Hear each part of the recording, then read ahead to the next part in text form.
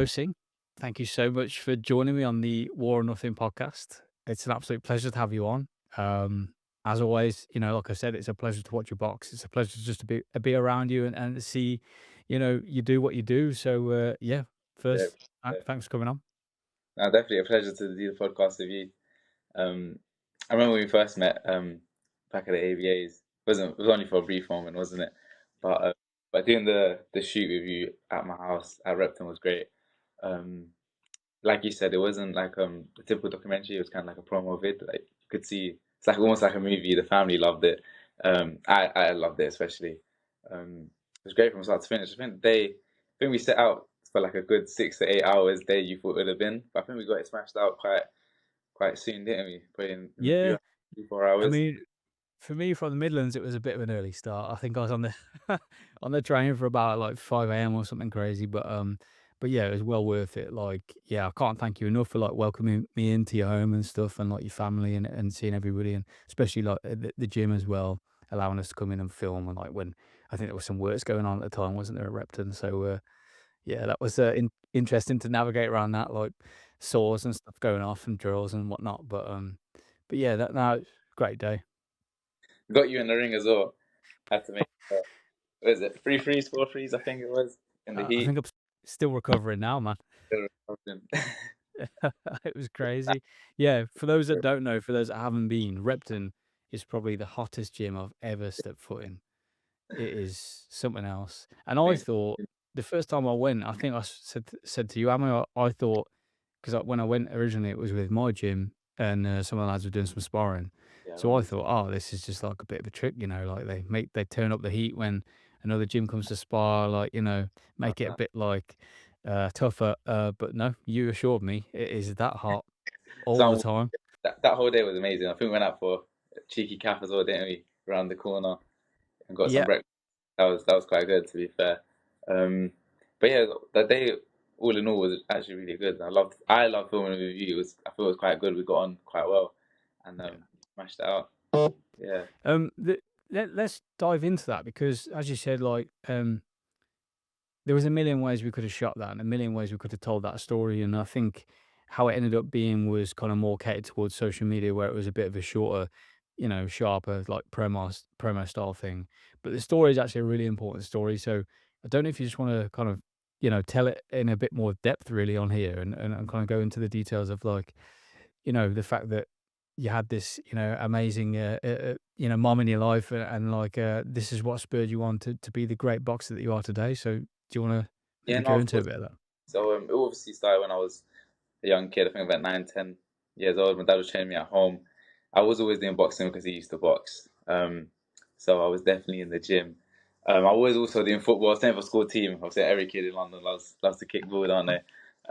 So I was playing for school team. They did always tell me like, "Come down and play for the team," but I was always going gym for training. So it's kind of like I had to juggle it. But eventually, I ended up choosing boxing. My mum did. It was a big part of it. She did tell me like she would love to see me in the bright lights doing the boxing. Obviously, my dad loves it too. But yeah, obviously she passed when I was very young. I had my first bout, I think maybe a week or two after she passed. Obviously won it, but it was a lot going on for a young kid like that. It is can put you quite far back mentally. But obviously I got through that. Started just boxing training. I think it did help in a way because you can kind of just like focus on something when a lot of things are happening mentally. Um, but yeah, obviously, fast forward the ABAs, first seek to win it, which is amazing. It's good to hold up the culture and the traditions. And yeah, I think once the GB Nations, and I won that.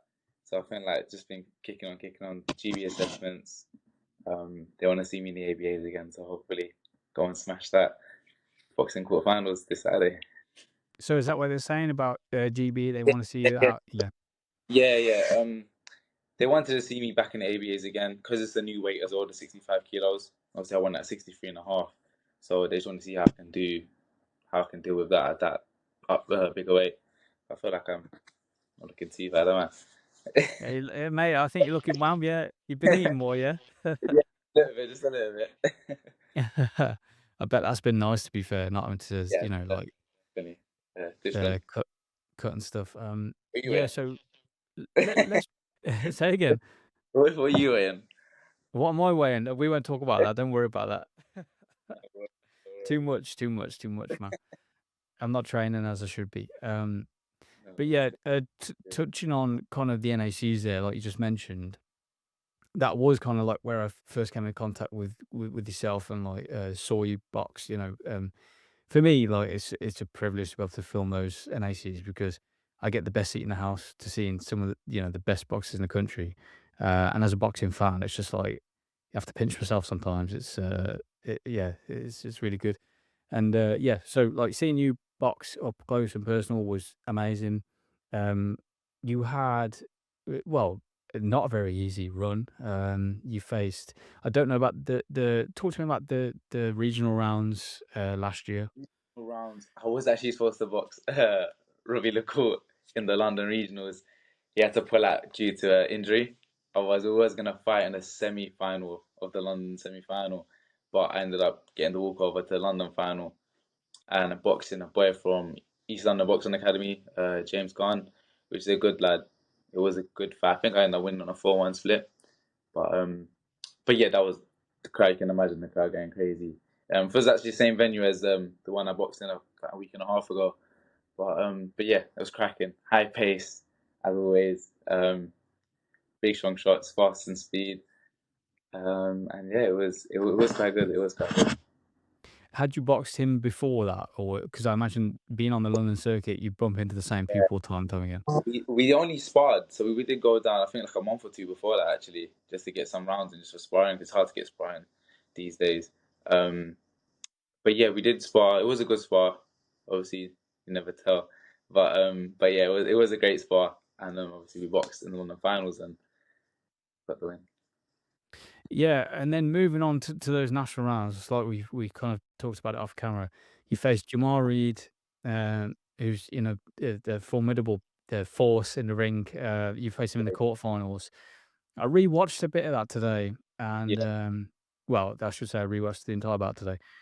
The pace of that again was crazy, but I think you're saying that's probably typical of the weight, really. But in that last round especially, I mean, it felt like he was probably chasing the bout as such and kind of throwing everything at you. Um, what I noticed in there was you just managed to keep your cool from literally first bell to last. So yeah. talk to me about those high pressure um, moments in bouts and how you stay so kind of level headed. To be honest, shout out to my coach Ricardo Williams. He's actually a GB coach. Um, we drill it in every day, literally almost every day. I go to his house early Sunday mornings. Obviously, what the guys don't see at the track with him hitting the pads on the track in a blistering cold.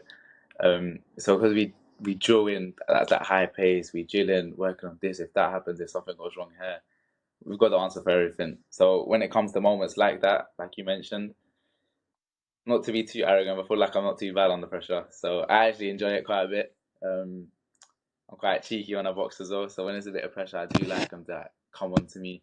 I do like that. A bit of like that spurring on, a bit of urge.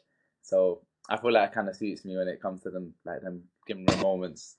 Um, but I feel like also it brings out the best of me. Like I end up flow stating, as they say. So like hands down, a bit of cheekiness here and there. So I feel like for me, it's just natural. I think with that style, hands down, especially you see, I see so many boxers get it wrong. They try to do it, they can't necessarily back it up, or they've Yeah, seen it, but they're not necessarily the best at it. You're actually somebody who can back it up and kind of make lunch. make your opponent make mistakes. Like it's beautiful to watch. And does that come from any necessary like any inspirations that you've picked up along the way? Obviously, you mentioned your coach there, and that's probably something you've Yeah, worked on. Well, speaking to kind of inspirations in the sport, yeah. do you have any? Yeah, I have a few. To be honest, my coach always tells me to put my hands up. He hates it. Yeah, he hates it. But yeah, no, I did watch a lot of Nazim Hamid growing up. I think you could tell the screw shots and obviously the hands down. But I think naturally I'm quite cheeky in general. So I think you could portray it in my fighting, like hands down, slipping, trying to look kind of cute. But yeah, I think just watching Nazi Mohammed, like Manny Pacquiao, them fast work rate boxers with like that bit of swag to them. I feel like that kind of just naturally I implement in my training, and obviously when I fight. I mean, yeah, you can definitely see the Nas element there. I mean, that's the one I was going to go to, but I didn't want to say it Yeah. myself. But yeah, you can see it. Can see it. It's good. Were there any kind of when you first walked in that boxing gym? Yeah. Were there any kind of seniors at the time that you were looking to then, or like perhaps national champions then that you were looking to and thinking, ah, yeah, like any influences within the amateur boxing world? Yeah, there was a few. To be honest, one of my main ones was actually my older brother. So he used to box, and I think got 2 years on me. And he was always. I used to be at Lion Club in Hoxton with Steve Waters, if you know. Um, and shout out to him as well. So I used to. He was actually doing quite good on the London scene. He was getting to nationals. He didn't get ABA title, but he was getting like to the finals and all that stuff. But he was always a big inspiration for me because like he was firm me on. I'd watch him train. I see him spar the seniors, like you said. Um, and yeah, he was definitely one of them. My dad also. My dad also. It's not the answer you're probably looking for. But, my dad definitely. He's definitely a big inspiration for me. The stuff he goes through, like boxing wise as well. Like he was just trying to push me to be the best, be the best. We can clash at times, but it's only for the greater good. But Hey, yeah, shout out your dad, man. Your dad's a great I guy. I'll say always that tell him much. that you love him. He's a great guy, man. No, he's not too bad. He's not too bad. But yeah, in the actual boxing scene itself, to be honest, I do like Pat McCormack, like just the mental side of it, like how he stays focused, how he just disciplined, sticks to what he needs to do. Just I feel like I take away the boxing side because a lot of people do say it's a mental game, and I look at like even watching interviews, I do watch boxers and the way they speak, how they act, how they talk about boxing and their life outside of it, and I feel like that's where the big difference is for me. So I do focus on that more than the actual boxing itself. Yeah, Yeah. I think there's a lot to be said for kind of the mental aspect of boxing, Mhm. and yeah, I think that's kind of what I was noticing with the staying calm and collected. That is a big skill in itself, you know, and that will win you bouts. That will win you otherwise close bouts, you know. Yeah. Yeah. And I think that that can be the difference. Just on those last year's NACs, then, like we said, yeah, Jamar Reed, icy in the quarters. Then you fought William Tyers, Yeah. and then we got to the final where you had Yeah. Oris.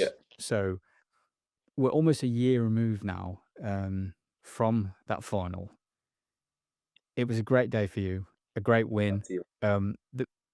The pace was just Yeah. insane, like from start to finish. Both of you, uh, in your own right, were pushing the pace, and yeah, I noticed even with the feints were fast. Everything was Everything fast. was yeah.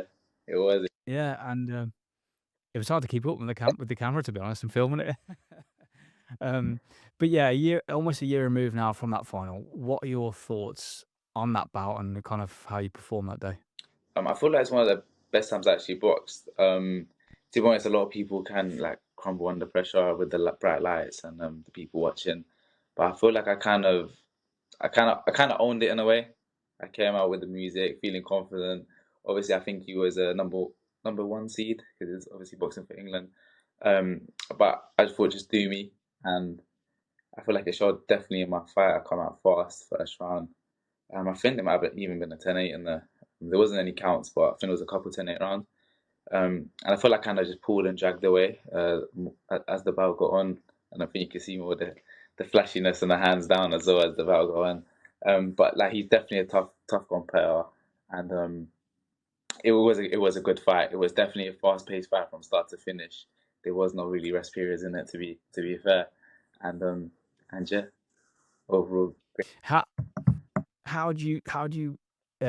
you say obviously you did the pad work and stuff with your coach on Sunday mornings. How else do you kind of work on that to maintain that level of that pace throughout an entire bout? That takes some fitness, that takes great. some stamina. How do you work on that? It's funny enough you say the guys in the gym always ask me as well, like, I know so you get tired, I'm all like, and I'd be like, believe me, I do. I do. It's just I do all the craft outside. But to be fair, I think the main thing is like whatever I do, it kind of sounds corny. Like if I'm skipping, it's 100% skipping. Like it's almost like I'm sprinting. If I'm hitting the bag, I'm hitting it like it's a fight. If I'm shadowboxing, the exact same thing. If I'm hitting the circuit, exact same thing. So I feel like we can neglect it at times as any boxer or any athlete in their field. So if you just hit it 100%, just naturally become fitter and fitter and just sharp all the time. I feel like that's what works. Yeah. Yeah, Being intentional, it sounds like. Yeah, yeah, that's, definitely you can every boxer falls in the trap of perhaps going through the motions every now and again when you're not, there's days you're not necessarily feeling it, and, I think those are the days it's even more important to kind of push on really. definitely. Um, but yeah, what have you taken, do you think, from that last NACs into this one?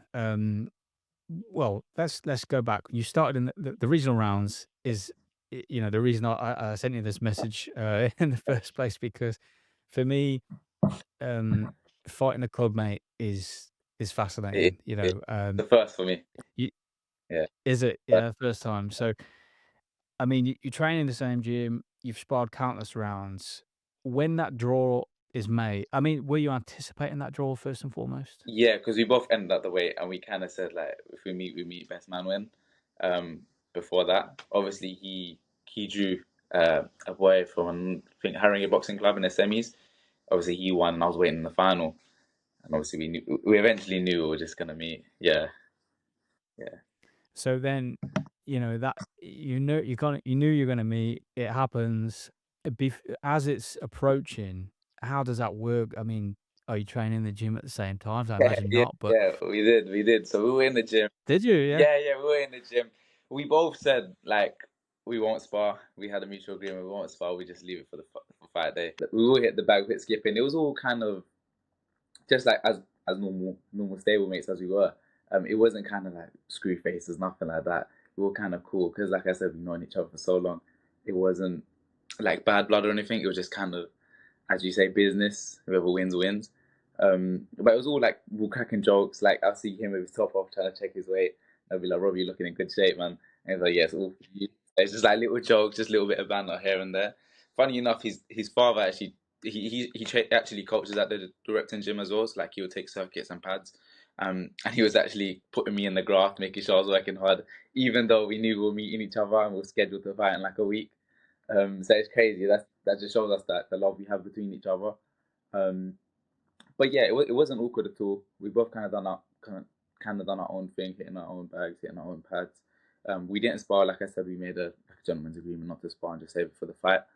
And yeah, it wasn't awkward in no way. We actually did catch up today, funny enough, at training, just talking about the fight, how it went, game plans, and we're just kind of making jokes about it. It wasn't no bad blood. It was still just love. And yeah, What was discussed? I mean, what were the thoughts from Robbie after that bout? Um, he yeah, he was just talking about like game plan wise. We've done thousands and thousands of rounds. Um, and we kind of just know. I like to sit back a little bit at times, especially with him to kind of box, and he kind of likes pressing the pace, like trying to get on my chest. We expected that from each other, and I kind of told him like, if you just sat back a little bit and let me come on to you, you might have more success. And he generally did appreciate the feedback, because like fair play to him. It's not easy. It's not easy talking about a loss, especially coming back to the gym and speaking to someone like myself after a fight that he just had with me. It's not easy. So fair play to him and respect for that. Um, but yeah, we're just talking about game plans, the build up, the shots we were catching with each other, the blasting first round. Like the first minute was like fireworks, and obviously the crowd was going crazy. So we were just kind of reminiscing a bit. We both loved the fight, and yeah, it was great. It was a great fight. to be honest, I was whoever, I think it might have been somebody from your friends or family that were live streaming it, and thank you to them. I think there was Yeah, a couple of people like complaining about the quality in the comments. I was yeah, just like, man, you're getting this for free. Like, it was stop whining, pretty. Yeah. So yeah, big thanks to whoever live streamed it. I think it was my missus actually. How was I it? think, Yeah.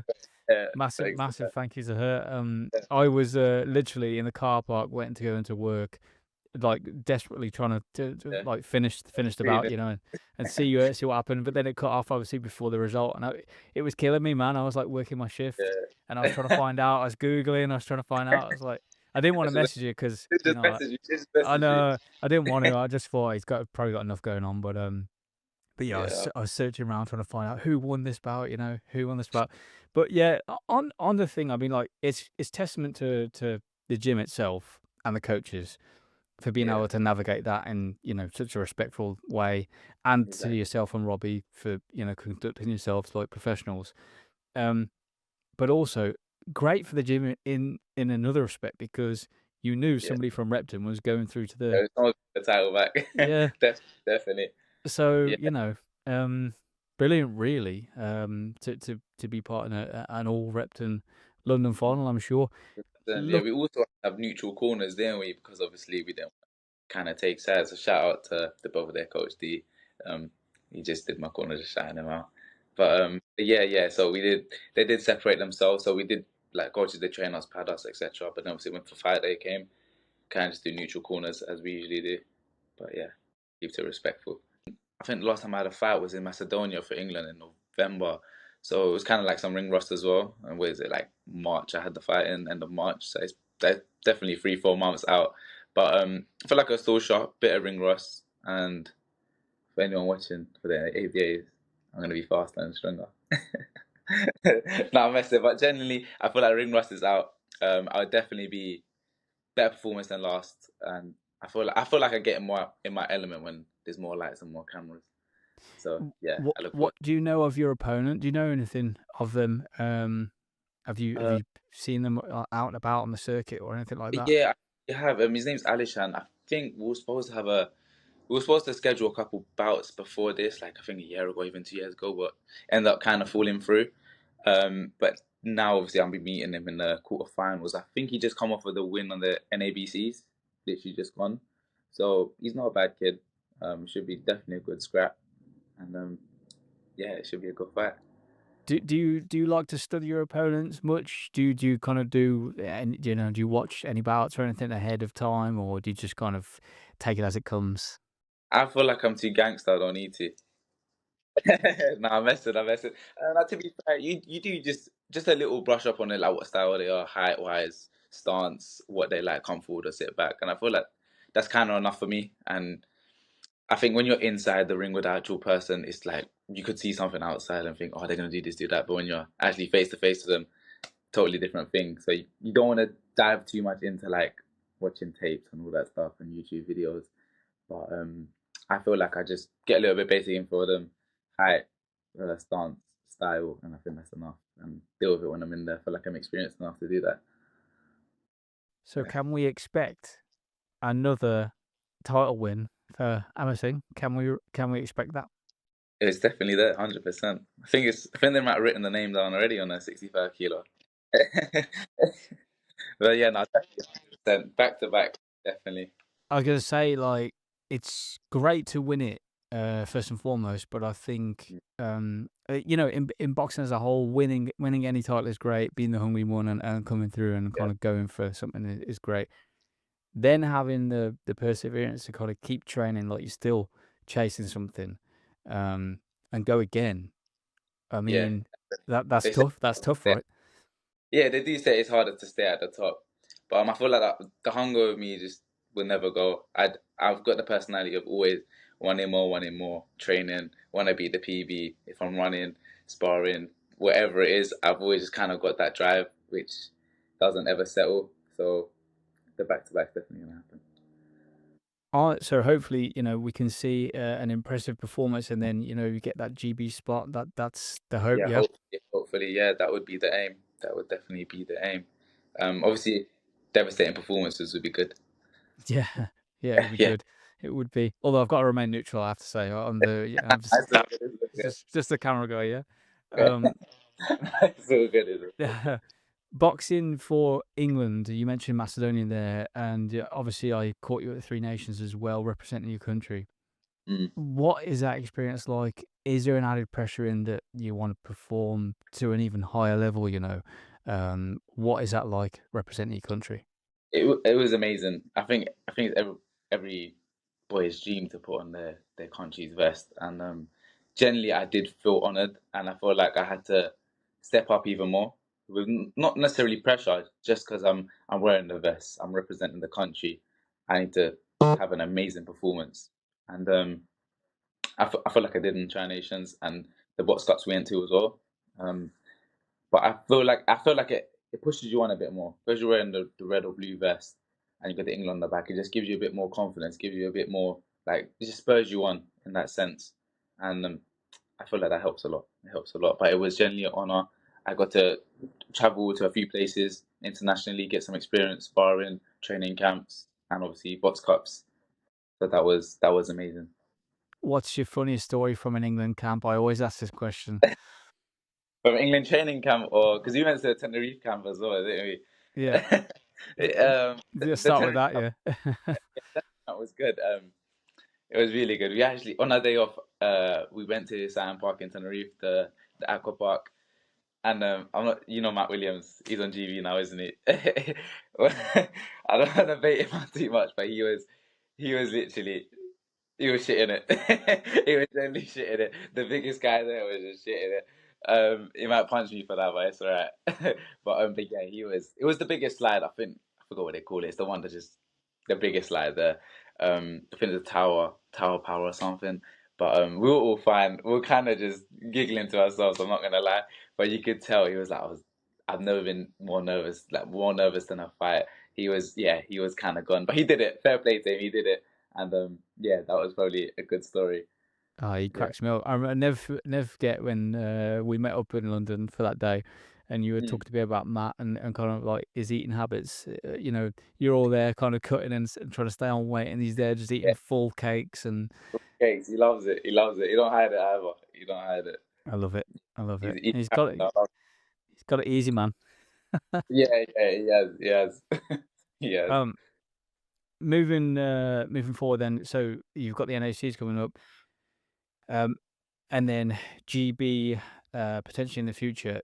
Beyond kind of GB and everything else, maybe this is looking too far ahead, but I wanted to ask this question because so many of the boxers from last year have now turned over. Yeah. Fred Pullins just turned over. You've got Luke Pryor with Queensbury. Yeah, exactly. Yeah, Matchroom Yeah. seemed to be, it seems to be an awful lot of the boxers last year that performed to the highest level have now decided to turn over. Um, First, before I ask you kind of your opinions on going pro, Yeah. what do you think it is about the pro ranks that is so enticing to these, uh, you know, accomplished amateurs? I think I think money does play a big part. We've been in for sport for so long, fighting for free. I feel like it kind of takes a toll. Like when we do have our camps and we're letting our hair down in like the accommodation, the GB accommodation, we kind of just chat and chill. And I feel like a lot of us do say we're doing this for free. We kind of don't get a single dime, and it does take a toll on your health, mentally and physically. And I feel like if for certain guys that did turn over, for example, Fred, like he's got a stacked weight at GB, so I don't even blame him for turning over. Same thing for Harley. His weight is actually not on GB anymore. So he was boxing at 75. They've actually got rid of the weight, which is crazy. So it didn't make too much sense for him to kind of stay amateur unless he wants to do the back-to-back ABAs as well. But I think he might have gone off where he couldn't refuse. But I feel like a lot of it does play a part in money sense, and I feel like some can get tired of the amateur game as well, where they want to. Everyone's dream is to get to the pros eventually, isn't it? Yeah, I think so. I think it is a natural progression.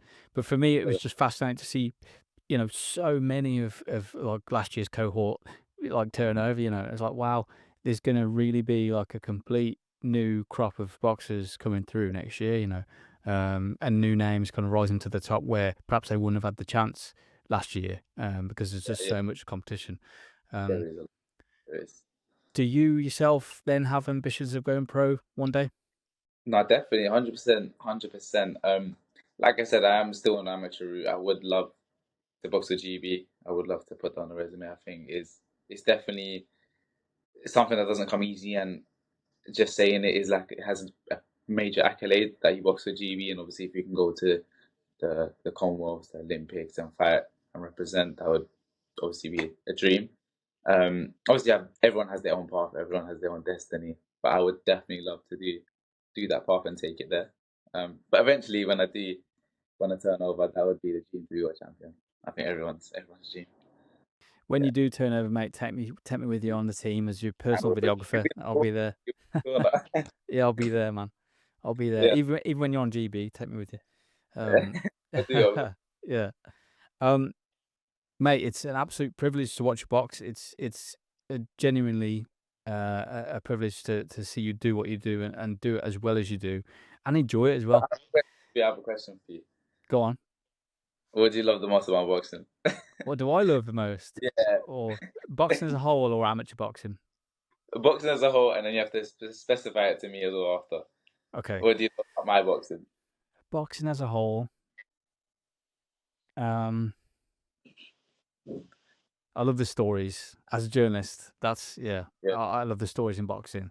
I mean, many of them are very cliched, but they're still fun to tell. And definitely. I think everybody has one, and everybody has their own reason about why they're doing the sport. Yeah, Specifically, why I love your boxing is just as we touched on earlier, you're flash, but you back it up, man. And you do not see it done as well as you do it that often.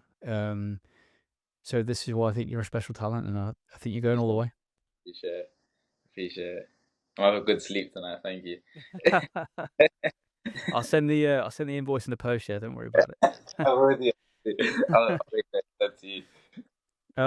Yeah, Well, no, it is a privilege to watch box, mate, and I can't wait to see, you're running the NACs, and I'll see you, very soon out and about and doing your thing. So, yeah, thank you so I feel like much. you don't get it enough for yourself. Like generally, when that promo vid came out, like it was like a movie. The amount of friends and family kept telling me like it was like almost like a presentation like for a turning over signing. Like when they announced a new signing or like even a movie trailer. So everyone kept saying it's like a movie trailer. Like honestly, it's the best work I've generally seen. It was crazy. It was crazy, and we didn't take too long as well. I feel like we did it very in decent time, and it came out. Yeah, it came out amazing. Like when you told me, I could see the vision. See the vision. Don't worry. I understand that. I understand. Yeah, it's hard. That's the hardest part, of like, you'll have an idea, and it's one, you got to transfer that over and make sure it actually works. It's actually like doable, and then also it's convincing the people around you and the people you're shooting with. Yeah. Trust me on this, and Like, like, yeah. yeah. What are you doing? Um, but you were very easy to work with, mate, and you gave me, you did put your trust in me, and thank you again for that, because you made it a very, very easy day. So, Oh, no, it's and all good. I still owe you lunch, man. From you took me to Nah, don't worry about that, man. Don't worry about that. You took me for world's biggest breakfast at E. Palucci, and it was It's no great. It was stress. great. Yeah, it No was stress good. about it at all. Just I make sure you felt give like, me a pictures on NACs. yeah, yeah, for sure. Thank you so much for taking the time, and yeah, It's a pleasure. thanks for being a guest. No worries. No worries. It's all good. Definitely do it again sometime. Yeah, thank you. Thank you. Appreciate it, man. Cheers. Take care.